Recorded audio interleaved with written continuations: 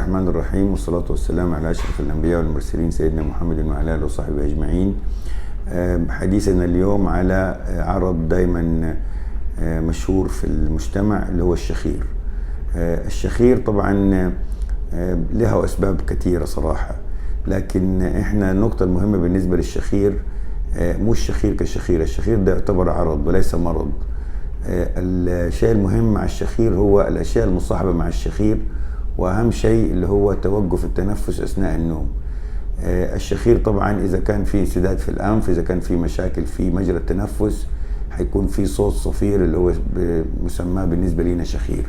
الشخير بيزيد مع العمر، بيزيد مع التقدم في السن، لأنه كل ما بنكبر 10 سنين أو عقد من الزمن بيصير عندنا الشخير زايد.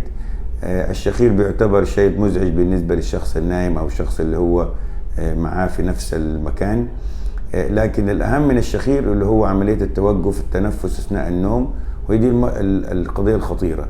فأي واحد عنده شخير يجب أنه هو يعني يستشير الطبيب بالنسبة للتخصص. يجب أن احنا نعمل له اختبار النوم عشان نتأكد أنه الشخير هو مجرد شخير فقط لا غير، أم يكون عنده توقف التنفس. والأسباب طبعا بالنسبة للشخير بتزيد مع السن، كل ما الإنسان بيكبر زي ما يعني اتكلمت فيها، أو إنه بيزيد مع الوزن، كل ما الإنسان وزنه بيزيد المشكلة بتزيد معاه، أو بتزيد مع توقف مع انسداد الأنف أو انسداد مجرى التنفس. ودي في الحالة دي بالفحص بنقدر نعرف السبب، وممكن تتعالج سواء بأدوية أو بعملية. وأبسط شيء بالنسبة لأنواع الشخير اللي هو الشخير اللي بيبان في الأطفال الصغار، وبتكون ناشئ من الناميات الأنفية أو اللحميات الأنفية اللي خلف الأنفية.